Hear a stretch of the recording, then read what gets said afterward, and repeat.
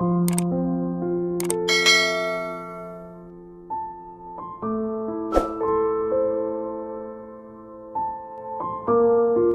sekarang saya tarik agak ke belakang lagi.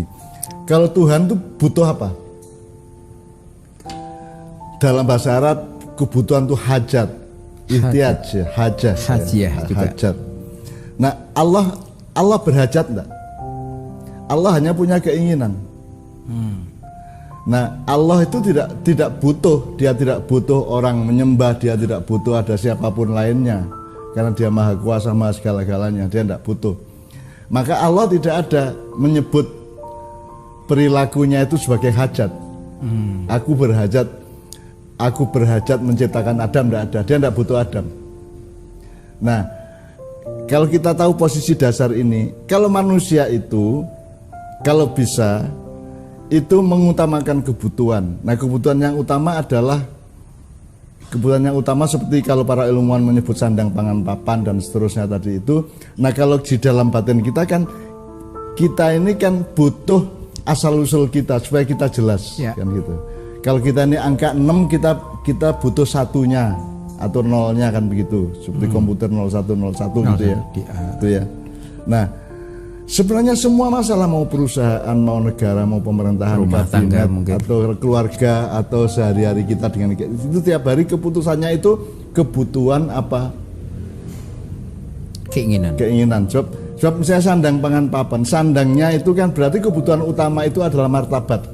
Kita jangan sampai telanjang keluar rumah, maka kita butuh pakaian, gitu ya. Terus kemudian kebutuhan pakaian ini menjadi keinginan pakaian. Akhirnya kan ini yang dieksploitasi oleh para kapitalis, para komersialis itu ya. Jadi mal-mal, toko-toko itu kan menciptakan kebutuhan publik, padahal sebenarnya bukan kebutuhan mereka.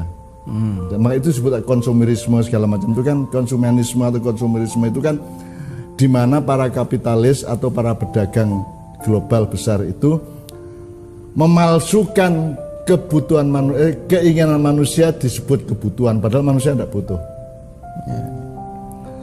Wong sekarang kalau mau dicari-cari betul, sebenarnya kita butuh nggak sih internet tuh? Sebenarnya kita butuh nggak sih televisi? Sebenarnya kita butuh nggak sih SMS itu? Kalau saya melihat hidup saya kan mayoritas tahun-tahun saya hidup itu kan tanpa dunia digital, tanpa online itu kan gitu. Jadi saya sebenarnya andaikan saya kembali ke 20 tahun, 30 tahun yang lalu, 50 tahun yang lalu, saya tidak masalah karena saya sebenarnya mungkin punya keinginan tapi saya tidak punya kebutuhan. Jadi kalau sekarang nama saya, wajah saya, ucapan saya itu hilang dari semua aplikasi internet, saya senang gitu loh. Karena saya harus bertahan pada kebutuhan. Misalnya, apakah Allah butuh manusia mengabdi? Kan tidak. Manusia butuh mengabdi kepada Allah. Nah itu kalau ditemukan, maka sekarang meskipun sehari-harinya saya ingin sholat, bisa juga ya, itu sebagai variabel dari kebutuhan ya. Karena butuh maka saya ingin, bisa juga gitu. Tapi kalau saya ingin belum tentu saya butuh kan gitu kan. Kalau saya butuh bisa menjadi keinginan, kalau saya ingin belum tentu menjadi kebutuhan kan begitu.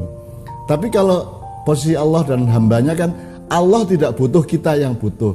Allah punya keinginan. Nah kalau Allah yang punya keinginan kan tidak masalah, karena Allah maha hafid. Jadi dia maha menjaga termasuk dirinya sendiri kan gitu. Sehingga dia punya kedewasaan dan kematangan, Allah punya kematangan dan kedahsyatan untuk ingin. Tapi kalau manusia kan harus hati-hati untuk ingin. Makanya Anda tahu ya, saya kan tidak pernah ingin menjadi pejabat, ingin menjadi pengusaha, ingin menjadi siapapun, ingin menjadi presiden, menjadi menteri gubernur, menjadi, meskipun saya pernah ditawari untuk menjadi wakil bupati Nganjuk gitu ya. Tapi saya wakil bupati loh ya. Sudah pasti saya tidak ingin. Wong presiden aja saya tidak ingin kok, apalagi wakil bupati. Tapi tidak apa-apa. Wong orang itu macam-macam dan saya harus lapang menerima mereka semua. Nah, jadi menurut saya kuncinya adalah pekerjaan psikologi yang terbaik, pekerjaan agama yang paling efektif, pekerjaan budaya yang paling penting adalah setiap manusia tiap hari menganalisis dan ngoncai atau nitili yang mana yang saya benar-benar butuh, yang mana saya yang hanya ingin. Kalau dia bisa itu maka hidupnya efektif, efisien kan gitu.